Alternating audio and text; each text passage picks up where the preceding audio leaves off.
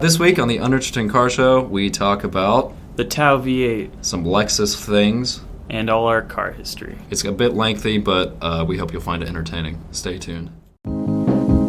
Jag åkte ner till Stockholm och då fick jag se glänsande Porschar och BMW. Men jag har en kärra som är bättre än då, det är en Volvo 142. Fucking, I don't know if this is interesting enough for the podcast, but on the way to here, there's this dude, and he had, I believe it was some Acura sedan, but it was totally decked out with like Decepticon icons and stuff. Even on his wheels, he had like these chrome wheels, and the thing was really loud. And I didn't realize this until he was like in front of me.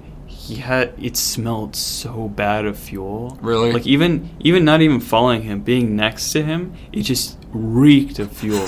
The thing was running so rich. I don't even... Did you see the trail of fire coming out behind you? No, but it was pathetic. This guy was just always on it, like... Oh, really? Switching lanes like ridiculous. And the thing was a piece of shit. It was so awful. And fucking... I was just like, what are you doing with your life? And then, you know, like we're kind of driving the same way for a while. And then he dips out into that Walmart parking lot. Yeah. Which is probably one of the worst Walmarts I've ever been to. Yes. And I was like, that's where he belongs. That's where he belongs. With your Honda Acura, trash. Honda Acura trash. Smelling of gas, please go to the slightly ghetto Walmart. Yeah. So that was my way here. All right, let's start. I'm just putting that there so that we can put it at the beginning of that. Okay. That's called editing. Excellent. Or whatever. I'd like if we just kept that in its raw form. I might do that, actually. Okay. Where are my notes? I've updated my phone and I don't know where I put anything. The Tau V8 that Hyundai made. That's right. For the Genesis sedan. Yes. I believe this is the only thing that it was in. Was it in? Did they make? It was in. Like it was SUVs or anything? It might have been in a few like KDM Korean domestic market. I don't want to be throwing that thing around like all the JDM boys. No, but here we go. I know it was in the sedan, the original one that looked like the Infinity or whatever the heck I was making fun of last week. Mm-hmm. And then it was also in the big one, which was called an Equus. Yeah. Which is like the Hyundai Horse, I guess. And then it was also in the... they had two versions, though. They had a 4.6, and then they had a 5-liter. Yes. And then you could get the R-Spec, which had like the faster 5-liter. And it was a lot of power. I was going to say fair amount. It was a lot of power. Yeah. Not even for the era. It was just a lot of power. And then... The sedan was actually, it was before they redesigned it, but it looked really cool, and they still make it. I mean, this is what I consider a relatively new engine, like relatively modern. Yeah. 361 horsepower in the first 4.6, and then it went to 378 and 385 in the second gen 4.6, and then the 5-liter, it says made 395, which is pretty... That's a lot. That's a lot. That's not like pretty. That's just a lot of power. And the thing is, I'm pretty sure you can find these on Craigslist and on what have you. Yeah. For like extraordinarily cheap. Yeah, no, they don't. Well, at the end of the day, it's a Hyundai, so like it really doesn't hold its value. Yeah. But no, I found some cheap ones one time because I was vaguely looking before I bought my LS400. I was vaguely looking at like what could I get? Some kind of like Luxo barge thing. They had like 100,000 miles, but it's a Hyundai. It's probably not going to break anytime soon, even that era. And they were single-digit thousands of like dollars, and it was pretty impressive. Yeah, no, it's insane. And so like, I feel like if you want just like the most power, the cheapest, I don't. It's hard for me to think of anything better right now at the moment. Maybe like I don't even know. I was going to say power to weight because it is a heavy car. Yeah, I mean just power. Well, then buy a Chevy something. It's just like Actually, no, I don't know. I don't know what would they make in that? I guess the SS Camaro was pretty good. Yeah. But then the earlier ones were... The one that looked like a spaceship. Yeah. Those were kind of eh. I mean, they were good for the time, but they were kind of eh. Also in looks. But no, I don't know. I don't know what else you'd buy. Yeah, I don't know either. I mean, like, I'm struggling to think of anything. Or... Because any, like, truck... with a V8 they're not going to make as much power. They're going to make a lot of torque, probably. Well, yeah, because they're all differently tuned, and normally they're all cast iron. And then if you're trying to buy like some kind of like muscle car, American muscle car, like a Camaro or a Mustang, you'd have to go older to be in the same price bracket, and they wouldn't make as much power because they're older. Because the old 4.6 from Ford, I think, made like 300 or something, which is And it's I mean, a little long in the tooth. I'm thinking the 4.6 because that one's even older, and you're still making from 361 to 385 horsepower, which is pretty fucking reasonable. Yeah, I remember at some point reading that they were planning on putting that engine in the coupe. Uh-huh. Because they already took on, they said something like, whenever they came out with the car, they go, we're going to try to take on the Mustang. And I don't know if that meant V6 or V8 one, but I think even I don't know about the earlier ones, but the later ones I know for like a couple of years did run with the V8 Mustangs because they were heavy, kind of old tech, and it did have the 5-liter, the new one, the Coyote, and it was really quick, but it was also a big, heavy car, and then the Genesis still made 350 or whatever we talked about before, and then they did really well there. That's why I bought one. And then they said, oh, we'll put the V8 in it and like really go for it. It never came to fruition, but that would have been pretty cool. I wonder, because it makes 350 horsepower, the 3.8.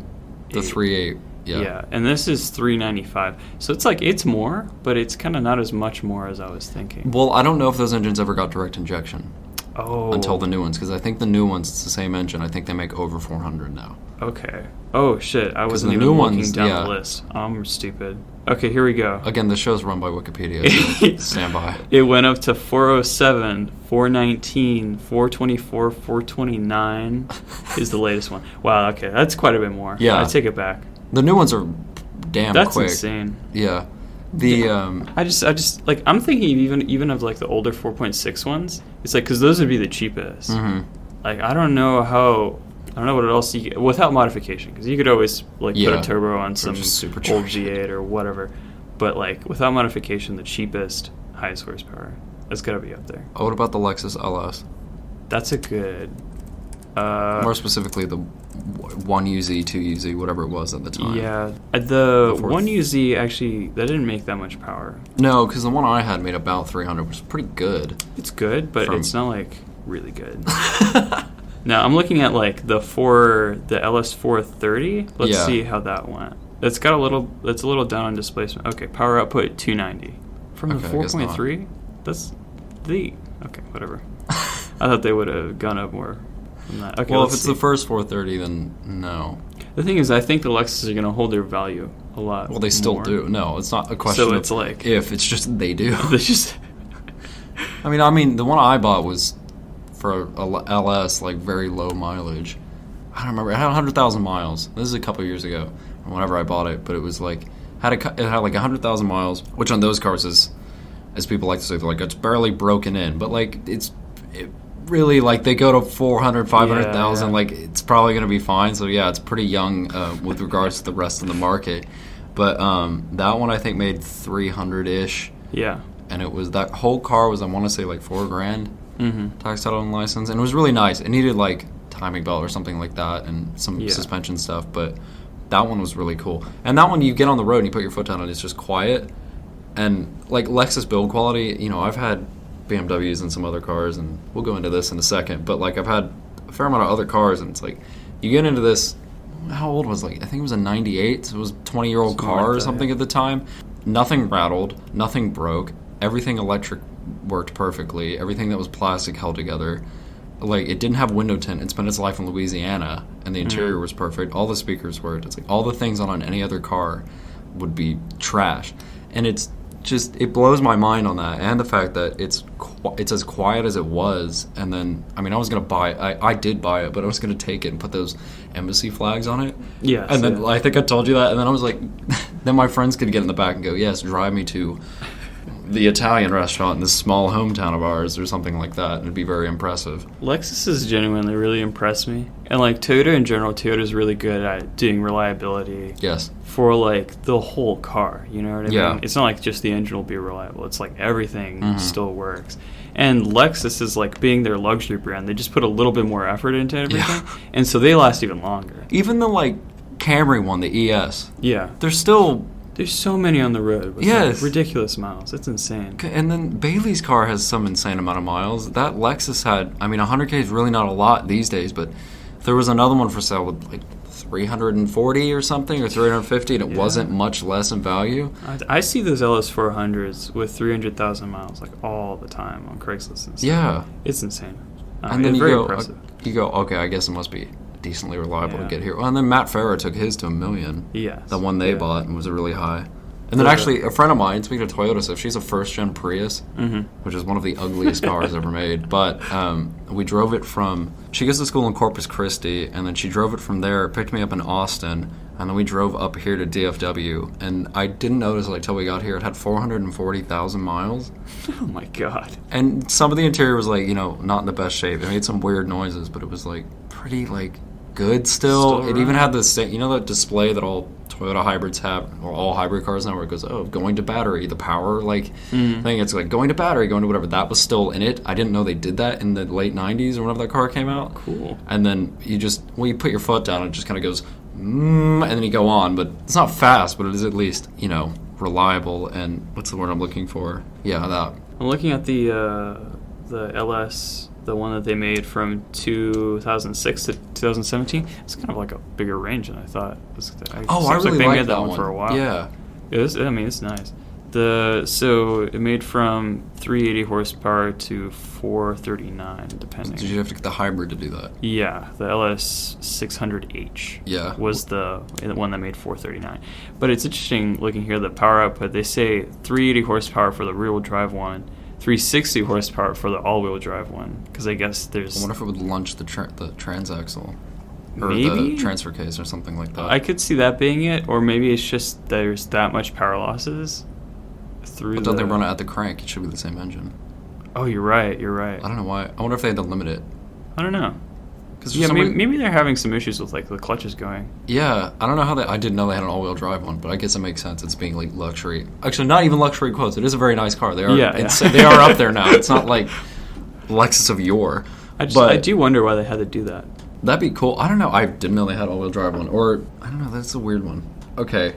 Bearing in mind that we keep talking about Lexus and I keep mentioning it in like the past 2 episodes and we haven't gone into it, we're going to do like car history for us now. Yes. So that you guys can like, I don't know, see where we're coming from or like say you're an idiot, which is fair because there's some dumb stuff I've done, more so than David, I'd like to think. There was one especially dumb purchase, but, By me? By me.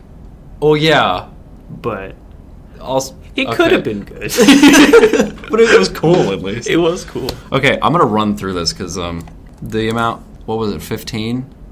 Something like that. Okay. We counted it last time. All right, I'll keep a tally. I'll do a deep breath. You ready? Okay. Okay, I don't know if I can do that. No, I'm not going to be able to do that, let's be honest. All right, let me set the scene for you. When I grew up, or when I was going to high school, my parents wouldn't let me like work or have a job in high school. And then they go, yeah, get a car for when you turn 16. I was like, how do I do that? And then basically what had happened is I managed to get somehow like, I think it was $500 or something out of money I had saved or, something. They said, okay, we'll give you some little bit amount of money and then go from there. And then because they wouldn't let me work and because I kept dealing with these crap cars, I was like, I just got into this this buying and selling thing, which is like a good skill to have, doing that whole kind of thing. It's interesting, yeah. But that's kind of the reason for some of this, and then some of the reason for it is like, oh, well, like, I could just get this, and it's fine, but, all right, anyway, we'll go into this. So, I think it started when I was, like, 14 or 15. It was, like, around that permit time, but anyway, Volkswagen Beetle and Volkswagen Super Beetle bought together. I think the Super Beetle was a 73, which is the good year to buy because of the bumpers. I know too much about Beetles. And then the other one was, like, a 75, a normal Beetle, non-McPherson front suspension. Then after that, I sold those, ended up with a Toyota Solara V6 SLE, which means leather and has a sunroof or something like that. I know, very nice. Which is basically just a two-door Camry. It did have the V6 though, so that was cool, and it was a 4-speed automatic, which is And that car became... Yeah, I was going to say that car. Okay, and then that car, I bought it for $500 from like a friend of my dad's, and then it was like, this is kind of okay, cleaned it up, and then it had some problems, and I was like, I mean, the car had 280,000 miles or something when I got it, or 260. Yeah. But it's Toyota, so like nonetheless it was good. Anyway, my dad said, oh, hey, we want to do 24 Hours of Lemons, which is another thing I do. I'm trying to get David to get into it. That's been our main team car for, God, like 6 years now or something insanely long now, and that thing's still going. And Larry, who's a friend of my dad's, who's on the team, said, I don't know if this is still a thing, but I think he said it's still on the timing belt it had, which I'm pretty sure was due to be changed when I bought it. Miracle. And the car used to leak oil, it used to burn oil, and it doesn't anymore because they've been running avgas through it, which is 100 low lead. And they took all the cats and stuff off of it, and they messed with it, kind of massaged the computer to get it to work and all this stuff. But that thing's great. That thing's still living. After that, I bought a 2001 BMW E39 530i Sport manual, which was very cool, although it did come from Maryland, so it did have some corrosion issues. I had that one for kind of a while, and then it turned into basically I couldn't afford to keep it going because it was horribly taken care of and a slew of other things. So I got rid of that, and then I bought... No, actually, I had that for a while, and then during the time, I also bought a 66 Plymouth Belvedere, which had no options, factory radio delete. It only had heat, and it was a slant 6. Then we went... After that, I got an E30 from a friend of mine that kind of ran a little bit, and then that just... Nah. So anyway, those 3 cars I sold, and then I bought a Hyundai Genesis Coupe. It was a 2011 or 2010. I think it was one of the first years it came out. It was a 3.8. It was an automatic. It was a great car. I had it for a little while, and then I thought, oh, this is like... I had some stupid thing like, oh, this is too much for like high school. I shouldn't have sold it because this will come apparent in a minute. I mean, you've heard me talk about these for on end forever. But anyway, so I had that, and then I got rid of that, and I bought an E46 3 Series. It was a 2000. It was a 323i. I got one with an automatic because I was like, yep, going to college. I'm going to be sitting in traffic all the time, and I didn't even take the car with me to college, so it was kind of like, what's the point? But I had that one for like 2 years, I think, because I had that when I met you, and yeah, and it was pretty good. It just took a lot of work, and I'd spent way too much money on the car, but it was very nice. But anyway, the amount of fingers you have up, it actually blows my mind how many cars you've gone through just in college, like just since we've known each other. Yeah, because this is 8 to get here. Yeah. And the 46 is the first car I remember you having. Yeah. And then kind of within that, in that changeover year, I had 2 Volkswagen Foxes, which are basically, it's from Volkswagen Brazil. They sold it here for only a couple years. And it's kind of the step below the Golf, kind of like a Polo is in Europe, but it's Brazil's own design. It's got like a longitudinal transverse thing in the front like Audis do, and they were both 2-door wagons, so like shooting brake kind of things. They were pretty cool, but one was horribly rusted and the other one ran, but I just couldn't get everything together. I wanted to turn it into like a rally thing, and then a big enthusiast from up north came up and bought them, and he was very happy that they were in good shape, so that was pretty cool. But anyway, so then after that, the E46, I sold the E46 after trying to sell it forever because I wanted something different and more reliable. So reliability, what do you buy? Obviously, you buy a Fiat 500 that was like $2,500 and looked like a golf ball because of the hail. I ruined it even more with like sticker bombing it and doing things I thought were cool. I think that made it better. I think it did, bearing in mind. I'm still behind that fact. Because it's a 500. Like, no one gives a shit about that. No. Just make them... It was so cheap, too. Yeah, and I sold it. I think I put it up for sale, and someone bought it within 36 hours, I think. I was making the exchange, and I was like, okay. You gotta do that for a living. Just put stickers on cars and then sell them. My mother tells me to do that every time. I'm like, oh, yeah. She goes, why don't you want to make some money, just buy a Fiat, put stickers all over it. I was like, honestly, maybe it'll work again. I feel like that was a freak thing. Like, I was expecting that to take ages. I was, too, and I was like, all right, here we go. And then, literally, as soon as I posted it, I was inundated with... This isn't even a joke, not like with a message, but with a ton of people going, hey, can I see it? Hey, can I see it? And then one guy said, oh, can I see it here? And I said... You can see it tomorrow, but like someone else already asked for this or asked it for this price. So I was like, if you want me to wait for you or something like that, you pay full price on it. That's crazy. And he goes, done. And I was like, okay, cool. I mean, it was pretty cheap. But, but still. But it was impressive. I made money on a Fiat 500. It was also, I think the reason I sold it was because it was coming up to do the time you got, which was like around 100K. So it was high mileage too, and it was actually pretty good. But it was coming up to that, and there is no service manual for the US model of it.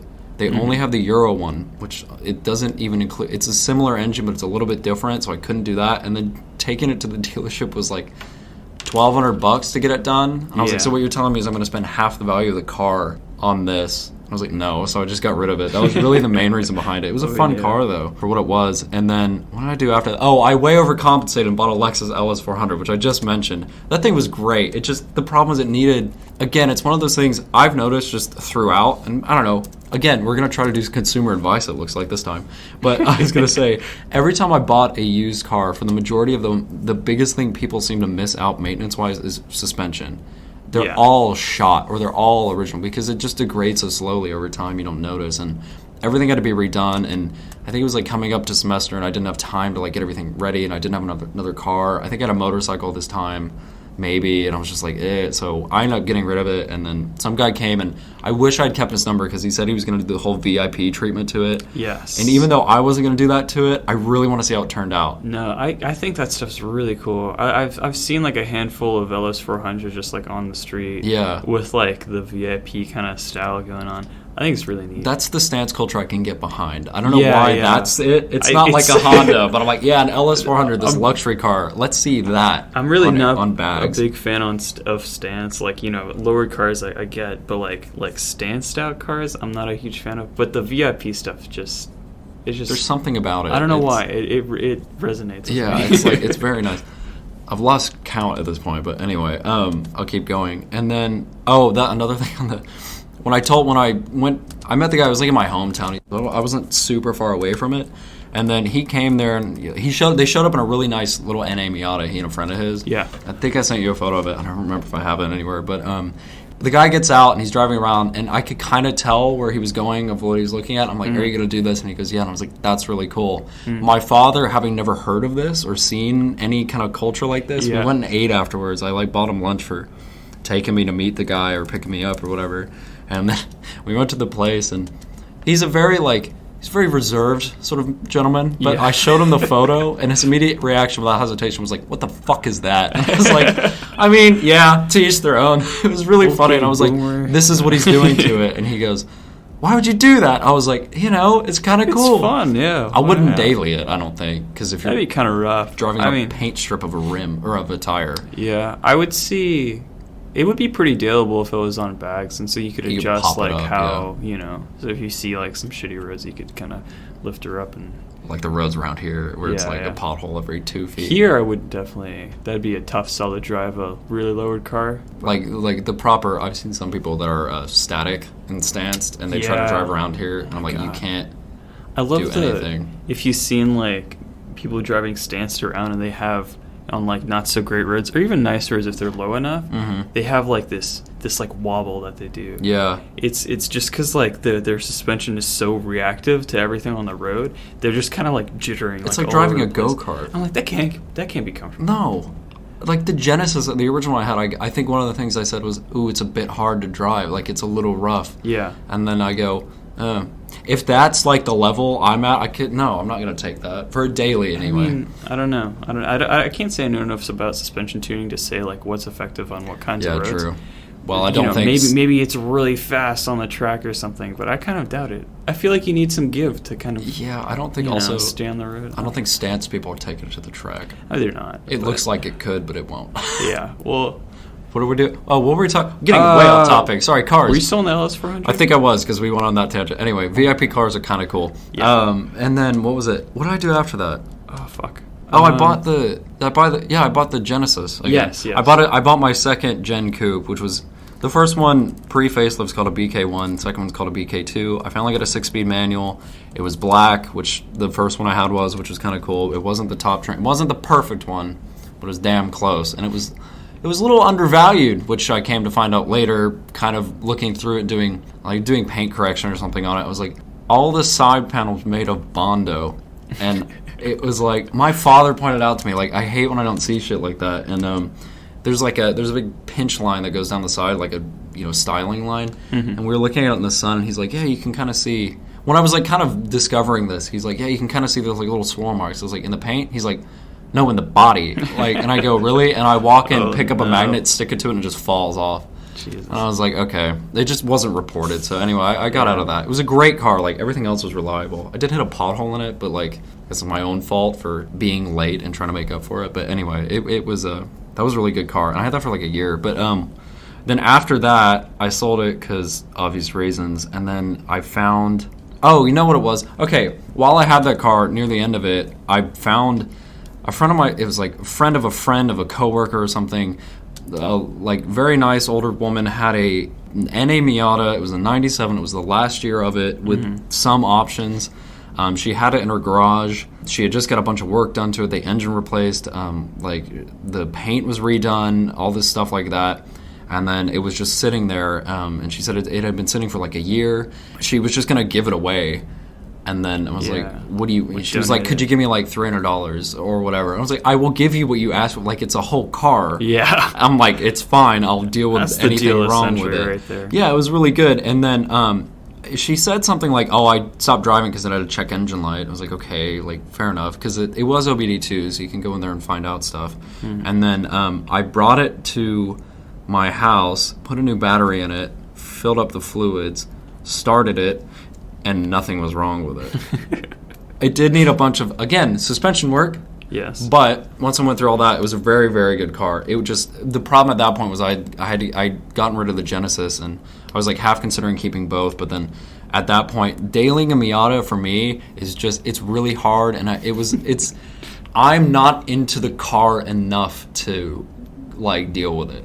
I really like them though. I'd have one as a second car, but whenever it became my only car, and it was the dead heat of middle summer in North Texas, it was a lot. Oh yeah, it was. Like you're saying, it's not pleasant, but I mean, I did that for a long I was gonna say, you did that for a long time, and then I got a hard time with some other stuff. But anyway, I digress. But that ended up, I sold that to someone we may find out in a minute. But anyway, but I sold that car, and then at that point I didn't have anything. What did I go buy after that? Oh, I bought way out in Tyler, which is very nearly Louisiana. Someone had a Subaru Legacy GT, which is I actually forgot about that. Yes, I know, because you never saw it, because I had it for so short. Oh my gosh, that thing. Okay, so the Legacy it was an older one. It was about the size of, I don't remember what the generation was anymore. I'm not that into Subarus. I'm sorry. I'll never be sorry for that. But it was a really cool car because it had it was about the size of a current day WRX because it was the bigger car at the time, and then it had the turbo 2.5 liter EJ 255. For those of you who are geared in that way. Anyway, I had one of those in it, and then the problem was, Subaru head gasket jokes, stuff like that. Those are real jokes. So she had said she had spent a bunch of money putting a new engine in it, and I was like, okay, cool. Like, I don't mind it having an engine replacement because it had, like 100,000 miles or something like that, or a little bit more. So I was like, that makes sense. It's probably time to do some big maintenance to it if it hadn't been done before. But anyway, that happened, and then I got it back and was driving around. I was like, this is great. It had kind of a tune on it and a bit of modification. And then I took it to a friend of mine's tuner who said, yeah, you need to spend about the exact amount of money she spent on it redoing the engine. I was like, okay, great. So I just was like, okay. So I ended up selling it to a guy who, like, that's his thing. He and his wife buy these cars that have issues like that. Like, he knew everything about it. And I was like, cool. Like, I'm not hiding anything. Like, you got it. They came and looked at the car. He's like, yeah, I'll pick it up. So I got rid of that car.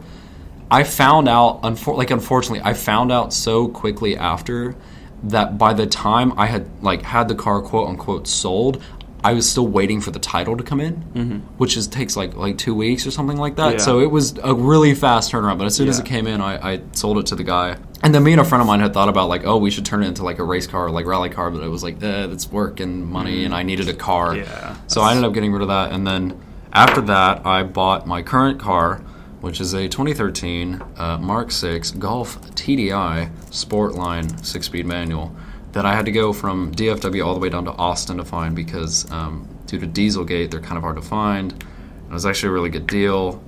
It was like a certified car, which is impressive because, again, I love VW's attitude towards the whole thing because of all the litigation that happened, especially in the U.S., that certified warranty on VWs is like 2 years, 24,000 miles, which is like, okay. Like, if it's new enough, you're probably going to be fine. And then this one, it's 2 years, which is like pretty good on its own, and then it's just unlimited miles. They're just like, just take it. Yeah. They're just like, it'll be whatever. And that's what I currently daily. I don't know how many cars that was. Count them up yourself. I lost count. But that's my car history of the last X amount of years. Let's count it up real quick. VW Beetle, Super Beetle. I'm counting these as two cars. Solera, 2001 E39, Belvedere, E30, Gen Coupe First Gen, E46, two Foxes. Yeah. One was technically my dad, so I'd take one out of that. Okay. So that's at 9 so far. Oh, my God. Fiat 500, LS 400, Gen Coupe Second Gen. Was there anything between that and Legacy? Miata. Oh, yeah. Oh, I didn't write down the Miata. Miata, Legacy, Golf. 15. Okay, so it is 15. Yeah. All right.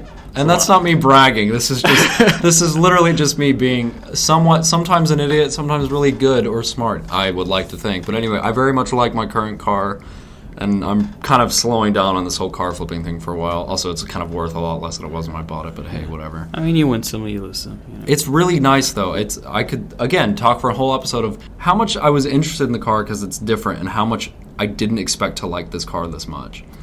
It's really nice. Yeah. I mean, I didn't think I would like it that much, to be honest. I was like, a Golf, cool, you know, like, yeah, they're it's nice just a cars. Golf, like you know, I bet it's going to be nice quality, but like, it's just, I don't know. There's something about it where it's because it's a diesel, it's kind of technically in the range between the normal like TSI petrol cars and then the GTI. Yeah. So it kind of fits. That's the U.S. market. It's those three. Well, not anymore, but it makes, I think, about the same, maybe slightly less power than the gas cars, but it makes more torque than the GTI.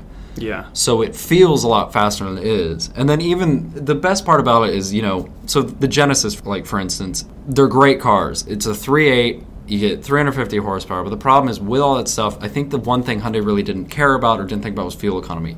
It sucks fuel. Like, it absolutely goes through gas way more than a Z car, which is comparable. And it's just, I don't know why. I think that's just how they designed the car. And it would pop a lot when you downshift. So that might, I don't know, maybe it's running rich, something like that. But that car, you know, driving from here to Austin and stuff like that. I recently went to Austin. I think I mentioned it last week. And then I came back, and looking at like the amount of time it took, I did it in about the same amount of time as I did in the Genesis. And the Genesis, I think, what did it average? Like 17, 18, You said, maybe something 20. pathetic. It like was that, real, yeah. like maybe low 20s, high teens. I don't remember. It was around that area. And then I did it in the Golf, and it still feels just as fun to drive. The power to weight ratio is really good and all this stuff. It's turbocharged, blah, blah, blah. But it did it with an average of 41 miles to the gallon. And it's insane. And the amount of money, like, diesel's about the same to fill up as premium. So it's like, value for money, it's amazing. And aside from, that's such a dad thing to do, though. Like, let me tell you, like, not bragging about power and speed, but going, tell me about my fuel economy.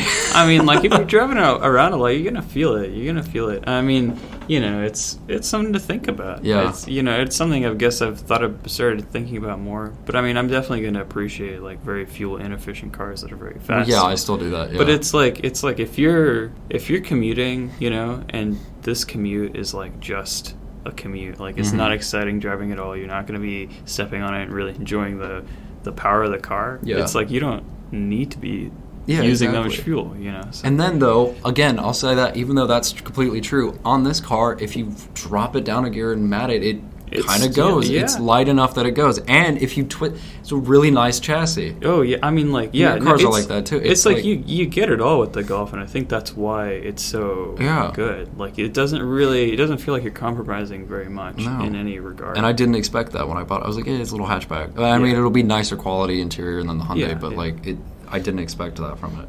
Okay. David. My car. Here we go. My very first car, I can't remember when I got it now. It was a 1999 Mazda Miata NB with a hardtop. Me and my dad bought it off of a older couple that lived in essentially a cabin, and they looked like they were pretty well off. And they actually, it was his wife's car for the most part, and he just bought her a new Miata, and they're like, I didn't know that. Yeah, we're gonna sell, her old Miata. It had a hardtop. The thing was kept in a garage, or at least kept underneath something for a lot of its life. So it was really nice, like way nicer than like 95% of the Miatas I see on the road. Yeah. It was perfect. Had a hard top that, again, was in great condition. Soft top looked amazing. I'm pretty sure that was I think, like, it was a stock Miata. I think that's the cleanest, like, NB Miata like I'd ever seen. Because you showed up in it, and I was like, what, how much money have you put into this to make it look not crap? It was some of the other just ones. taking care of its whole life. Yeah. That thing was great, and the thing is, it's like I get people saying, like, oh, I own a Miata right now, spoiler alert. But you get people saying, like, oh, it looks pretty nice. Like, I like the way it looks. But the NB, I can't tell you how many people complimented me on that car. Just because it was just in such good condition. Yeah. And, it's just, so many people asked to buy it. And, like, just... And then you always get the older people that, think it's some kind of British car. And, I know. I had that with mine, because, like, my favorite was when I parked in the parking garage, and the parking garage I used to park at a lot, and there was a guy with an MGB GT. Yes. With, like, Miata seats in it, and he would park next to me all the time, and I was like, I like that. That's cool. I want to, like, talk to this guy. Because I just see his car around, and I'm like, he's got to be cool. Real recognizes real. Exactly. That's what it is. Exactly. Anyway, I think he's a professor over, like, a college campus and whatever, but, like, we've both seen him, and he gets out of the car. He's very, like, he gets out of his car. He's got like a beret on. Yes. I don't know how old he is, and he's always like dressed nice, and then he just takes his like thing and like walks into the thing, and you see him commuting in it, and it's the chillest. On appearances, it's like the chillest guy in the world. Yeah, and he's got a very cool car. But anyway, continue. Yes. Okay. This another fun fact about the NB, Gran Turismo 4 on the PlayStation 2 really got me into cars. Like, I was into cars before I started playing that game, but that game really took it off for me. And my very first car in that game was a white Miata as well, and this one was white. I didn't know it was white. It was white. And so, like, when I went with my dad to check out the car, I was completely sold on it. Yeah. I couldn't even drive it because I didn't know how to drive stick at the time. Really? My dad drove it, and just being in the car, I was like, fuck yes, we need this car. And I'm so glad I got it. I'm still so glad I got it. I had that with my 5 Series because I went and I was like, I want this. Yeah. I want a manual one. I don't know if I'm like, having never experienced that, I'm like, I know I want it even though I know nothing about it. And he was like, okay. And then I learned driving back from Maryland or wherever I purchased it. But anyway. Yeah, so it was I bought an MB, but it was an NA that was in that game. So not exactly the same car. But I know, but very nearly the same. Especially since that was the year they switched over. That was the first generation of the NB. Anyway, I drove that car for a really long time. I ended up crashing it. Whatever. It was. This was during finals week, and I was stressed out, and it was raining, and there's a whole thing. In the back of an Odyssey, which it like didn't touch the Odyssey at all. It was crazy, and I honestly didn't think it was that bad. But the airbags did go off, and that's automatically like worth the price of the car. I was gonna say it spells. So yeah, although we got a good amount back for it, surprisingly, I almost feel like they appreciated the condition it was in. The adjuster came out was like, yes, he want another one. Yeah, but an interesting thing that happened after we crashed it. My dad came over. And he has like a van, and he had like the seats taken out because he was just commuting with it out the back, and so there was like a big spot. And at the time, I had the hardtop on, and we were like, "Let's take the hardtop off, put the soft top back on." You know, they would take the whole car with the hardtop. Yeah. We can just put the soft top, and they won't know. And so, I'm telling this publicly now. I don't think it matters. It's not illegal. No, it doesn't matter. It doesn't. It's just like an option on the. Yeah, it's an option. It just if they had, I think they value the car without it. Yeah, so if they had valued it with it, it should have been. In theory, it should have been more. Yeah. But if you had it anyway, which is probably good, you kept it because you plan to get another one anyway. Yes, and so I ended up keeping that hardtop. I recommend if you are in this very select scenario where you have a hardtop Miata and you crash it with the hardtop on, take the hardtop. Yes, because they're worth a lot of money. For everyone listening. Yes, take the top off. And hold on to it. I'm sure most of our listeners are going to experience that at some point within the next few weeks. I mean, just top tip, do that. It's a coming of age experience. Exactly, and the hardtop is great. Okay, I believe during the time that I owned the Miata, I also bought a Jaguar XJS, a 1985 or 86, I can't remember. It was during the same time. I don't remember the year, but I know it was at the same time. Yes, yeah. I have some video with the Jag, the Miata, and the Fiat in the background, because I had that at that time. Yeah. And anyway, yeah, keep going. That was great. Not really, but we bought it, it was $1,400 off this guy. And I thought it was really cool. I thought it looked really cool. It did not have the V12 in it that they usually do, but it had a small block Chevy. I believe it was like the 5.7 liter or whatever. Yeah, I think it was a 350. Yeah, it would have been that 5.7. And then those, I don't know. I've always liked those cars, and I know you have too. They're always cool. But the thing that was the weirdest thing about that car to me is when you told me about it is that it wasn't the guy who did the conversion. It was a company. Yeah. And apparently, I told this to my father, who's lived here like in DFW for a lot longer than I. He goes, "Oh yeah, it's over there." Like he knew the place. So I guess that was a really popular thing in the 80s. So I saw that it was like a legit swap, and I was like, sure, let's go for it. The thing is, it was $1,400 because a lot of shit didn't work. The brakes didn't work. The thing leaked like a sieve.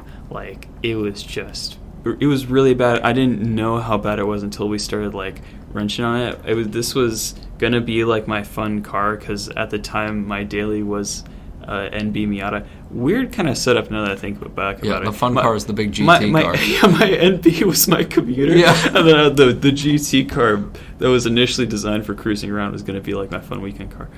To each their own. Yeah, whatever.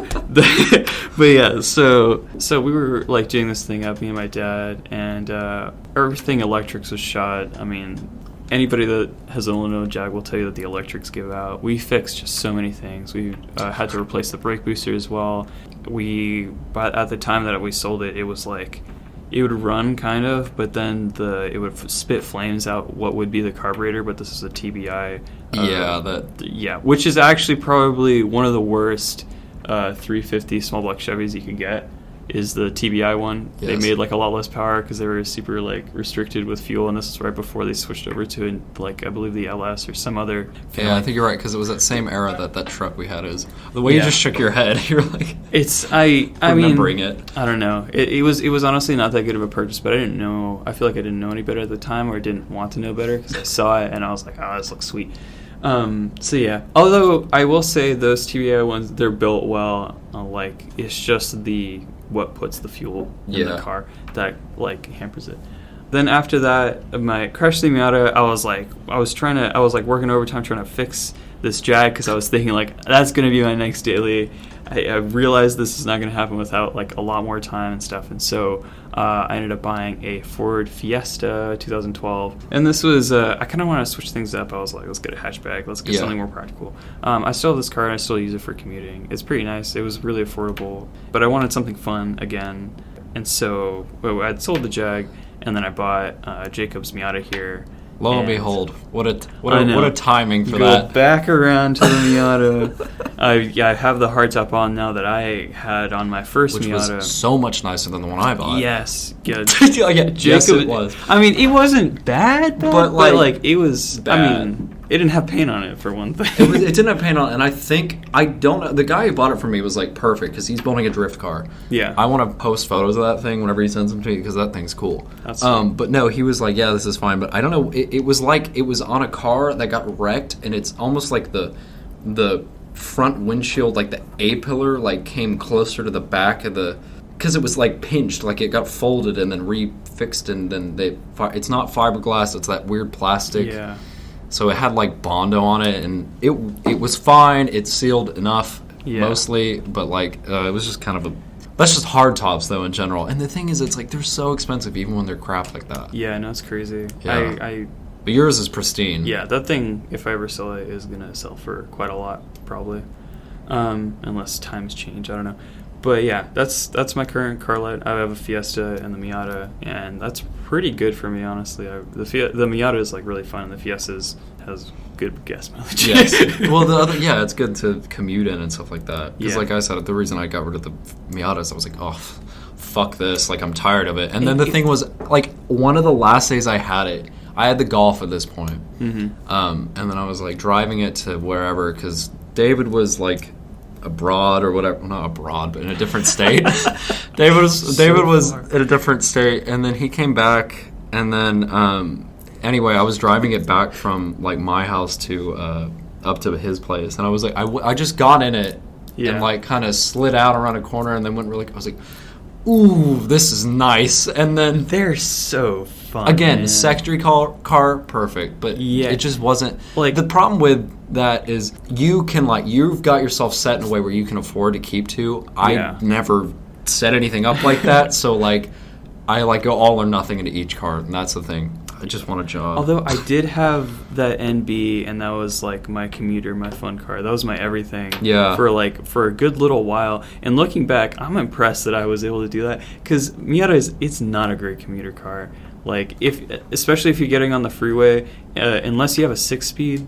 The 5 speeds, you're going to be in top gear. It's like a 1-to-1 ratio or something really, really close. And you're going to be like, the engine's going to be blaring at like 4,500, 5,000 RPM depending. Yes, it was insane. It was, So they're not good to be on the highway. Around town, like, they might not be bad for a commute if you don't live far, but they're a real pain in the ass like that. And so when I commute, I take the Fiesta because the gears are really long in the car, which is a problem in itself because it's that was a fun car. We took that thing into the mountains, and that was hilarious. That was a fun First of all, we were trying to co-drive, which what was it like? We figured out I have no co-driving experience, you have no racing experience, and we were on these trails in Colorado with like all these blind hills. Fun. It was hilarious. Like it was so much fun, and then we were just like at altitude because it was. I don't remember where the altitude was really high up, and we're on top of a mountain going to like look at some stuff, and then It's just like, oh god, like going to second gear, like because it's such. They were so tall. The ratios gears. is so big, and the thing is, the Euro one it had much closer ratios because they do a lot more city driving. Yeah. But for the American one, I guess they maybe just changed the final drive. I don't know what they did, but they changed the ratios, and it sucks, man. I mean, it's good for being on the highway. It is really good. You're at a good like spot for being on the highway, but. It's if you're trying to drive quickly, it's very disappointing, unfortunately. But it is still kind of fun to drive just because it's so tiny and like just kind of. Ford does good with the chassis because, like I mentioned before, I used to work there, and there's like this loop that you would take, and you have to go to the dealership or on the highway at speed, and they go, "Oh, take this." Like we had a runaround car that was like it was the worst. It was like the first year of the new Focus. The transmission's like on its last legs because of that whole dual clutch thing they were trying out. I mean, I didn't know you could get a Focus with winding windows in the back still, stuff like that. But even though it's a Focus, and I did it with like a couple of Fiestas and whatever, you like get out, and Ford front wheel drive chassis handle really, really well because it's kind of like I don't know what to like tie it with, but it's kind of like Volkswagen kind of feel of like I don't know, like not solidarity, but it's very like solid feel. And then I don't know what to put that with, like maybe Mazda or something where it's kind of like springy and light, and it's but they're fun because I remember driving your car. We went on some trail. I don't remember what it was, and I remember I drove for a month, and we went on the back road. I was like, "This is like nice. Like I enjoy this because it's a front wheel drive chassis. It should be a very, very boring car, but it isn't."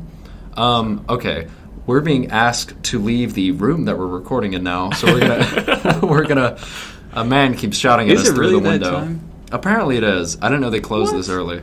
We should still have 10 minutes. We should still have 10 minutes. We'll go have a word with them. But anyway, that's been it from us this week. We're going to start setting up some social media stuff, and we'll let you know more about that, hopefully at the next upload we do. That's it from us. Thank you very much for listening again. I'm Jacob. I'm David. Goodbye. Jag åkte ner till Stockholm och då fick jag se glänsande Porschar och BMW. Men jag har en kärra som är bättre ändå, det är en Volvo 142. Yeah, I remember it was booked from 4 to 6. It said 120 minutes we have this room. All right, cool. Well, they can suck it while we do this. The door's locked. What are they going to do? Walk in here? All right, anyway.